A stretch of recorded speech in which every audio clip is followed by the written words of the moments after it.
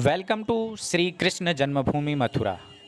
जी हाँ, यात्रा के अगले पड़ाव में हम पहुँचे हैं भगवान विष्णु के कृष्णावतार जन्मस्थल मथुरा मंदिर में।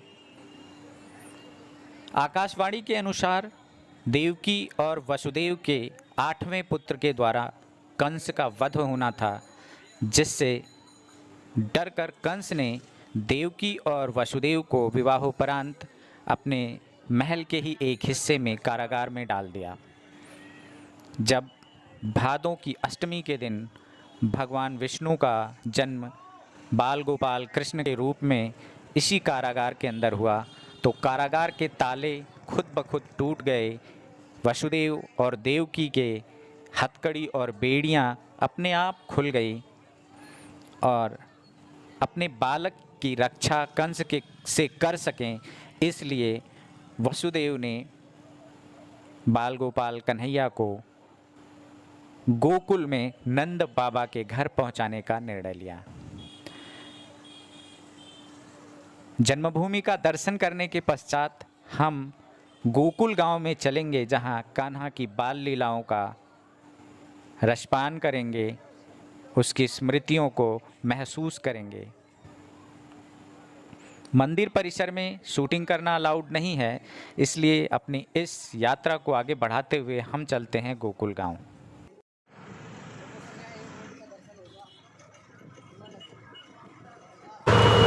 जब कान्हा पैदा हुआ तब भी घनघोर बारिश हो रही थी, और आज हम जब उसके जन्मभूमि पे जा रहे हैं तो भी घनघोर बारिश हो रही है।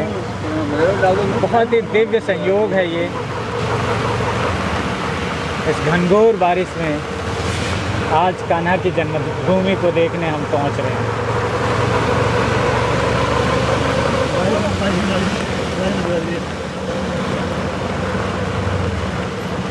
बोलो नंदी के लाला की और नंद गोपाल की, हाथी घोड़ा पाल की, जय कन्हैया, लड्डू 4 कचौड़ी 6, बोल बंसी वाले की, बोलो आज के आनंद की। सामने आप जो देख पा रहे हैं गोकुल गांव, जिसमें हम अभी कुछ ही देर में पहुंचने वाले हैं। तो गोकुल गांव में बाबा नंद के घर पहुंचाया था कान्हा को वसुदेव जी ने। तो अपनी आज की गोकुल की यात्रा हम यहां से प्रारंभ करते हैं और आपको मैं गोकुल गांव की पूरी सैर कराऊंगा। गोकुल की जिन गलियों में कान्हा पला बढ़ा, काफ़ी समय तक रहा और माखन मिश्री के भोग के साथ कान्हा की पूजा अर्चना करेंगे। तो चलिए चलते हैं गोकुल गांव।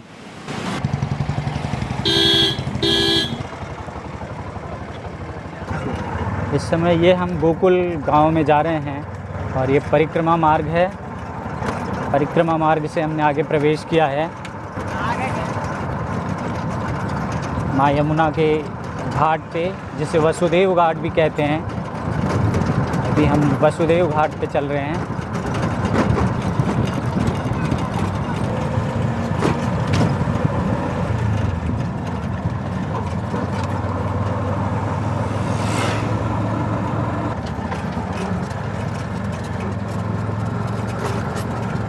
ये वही गोकुल की गलियां हैं जहाँ पे कान्हा खेला करते थे, जिस गांव में कान्हा वर्षों रहे।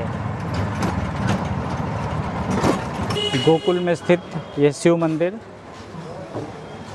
जब कान्हा अपने बाल रूप में यहाँ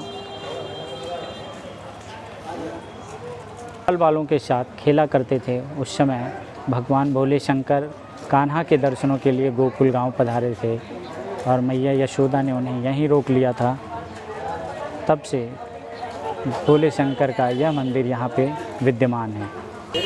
मैं पहुँचा हूँ इस समय नंद चौक पे गोकुल गांव में।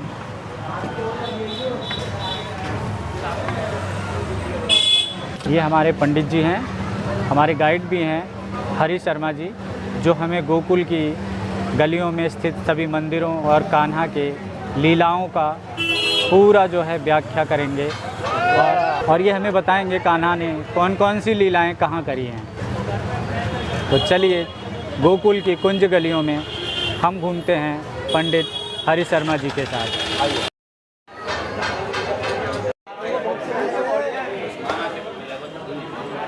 और ये फूल ले लेना मंदिर के लिए, 10 का दोगे खाली आप नहीं जाते, 5-5 रुपये का। रहने वाला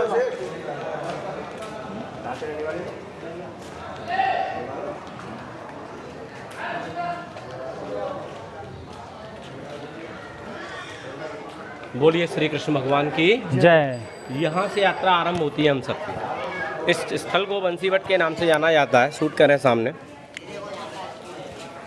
इसे बोलते हैं बंसीवट। भगवान छोटे थे, अपने गांव गोकुल से गौचारण के लिए जाते थे, तो ये वो स्थल है जहाँ भगवान बांसुरी बजा के गायों को एकत्रित करते थे। गायों को इकट्ठा करने के लिए बांसुरी बजाई तो स्थल का नाम बंसीवट कहलाया। गोकुल धाम आने वाले हरि भक्तों की तीर्थ यात्रा यहाँ से आरंभ होती है और दर्शन करने के उपरांत जब हम यहाँ वापस आएंगे तब यात्रा यहाँ के परिपूर्ण होगी। अब यहाँ से गलियों का मार्ग आरंभ हो जाता है जो गोकुल की कुंज गलियाँ कहलाई जाती हैं। बोलो गोकुल धाम की जय। आइए अंदर। हम अपने गाइड और पंडित जी के साथ गोकुल की इन कुंज गलियों में कान्हा की लीलाओं को अपनी स्मृतियों में बचाने के लिए फिर से जो है लेते चले दोनों तरफ। बहुत सुंदर सुंदर पेंटिंग, आराम से चलिए बाबा। इन दीवारों पे कान्हा की बाल लीलाओं का वर्णन चित्रों के द्वारा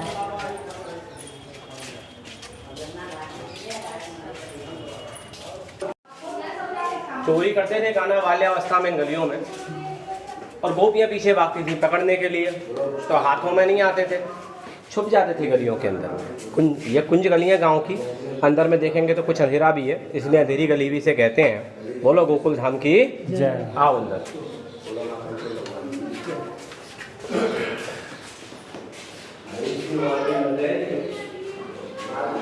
ढूंढती थी या गोपियाँ उन्हें ढूंढती थी, तो इन्हीं पतली गलियों में, सकरी गलियों में कान्हा छुप जाया करते थे। आज हम परम सौभाग्यशाली हैं कि उन्हीं गलियों में घूम पा रहे हैं जहाँ कभी कान्हा के नन्हे नन्हे पैरों ने अपने चिन्ह छोड़े थे।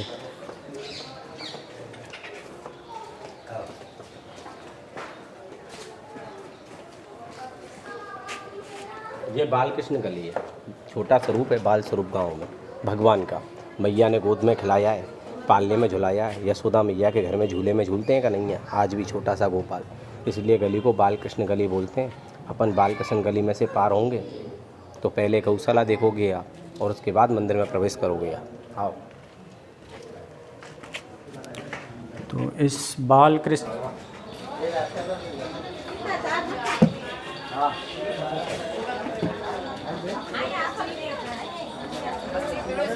गौशाला है।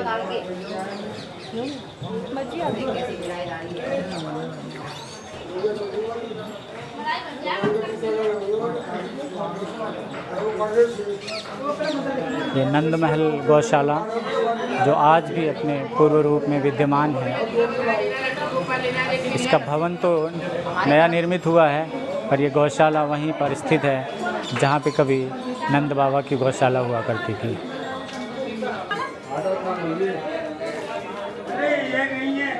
करके पॉकेट में रख लीजिए।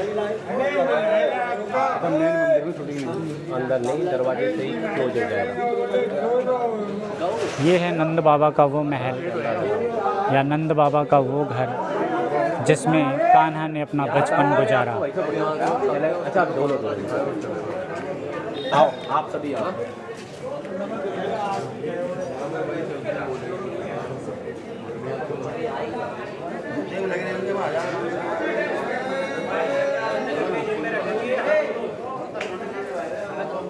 अब मैं यहाँ से आगे कैमरा अपना बंद करूँगा क्योंकि मंदिर के अंदर कैमरा मेरी खुद भी इच्छा नहीं है ले जाने की।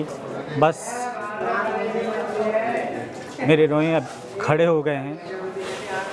कान्हा का एक सकारात्मक ऊर्जा जो मैं अच्छी तरह से यहाँ महसूस कर सकता हूँ।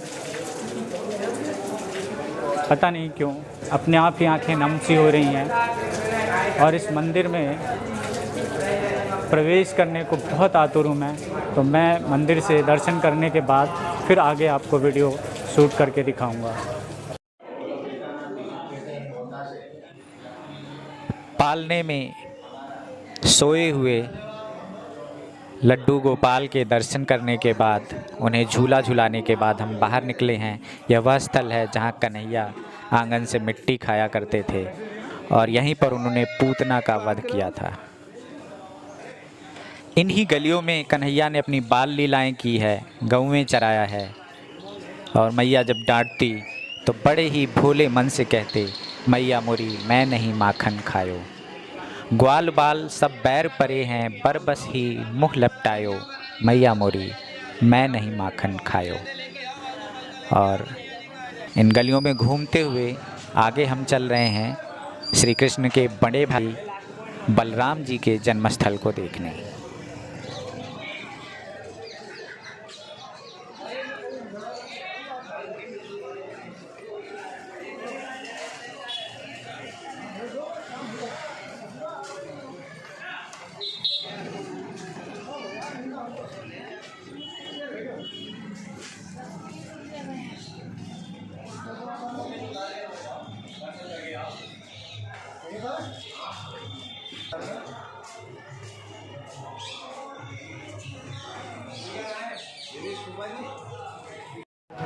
तो इस समय मैं घूम रहा हूँ गोकुल की गलियों में, यमुना के किनारे।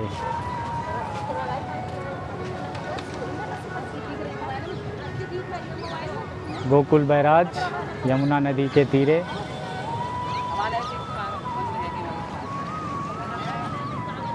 यमुना के वही घाट हैं जहाँ कान्हा कभी गोपियों संग खेला करते थे, ग्वाल बालों संग और गोपियों संग कान्हा इन्हीं घाटों पे बड़े हुए। गोकुल में कान्हा 11 वर्ष 52 दिन तक रहे। उसके बाद मथुरा गए, जब उन्होंने वहाँ जाकर कंस का वध किया। मैं कुछ ही देर, कुल के रज को भी खाने को माथे पर लगाने के लिए लोग कितने उतावले और आतुर हैं। हमने भी गोकुल की रज माथे पर भी लगाई और उसको चखा भी, और साथ में गोकुल में मंदिरों का दर्शन किया, जो पीछे मैं आपको जो है बताया।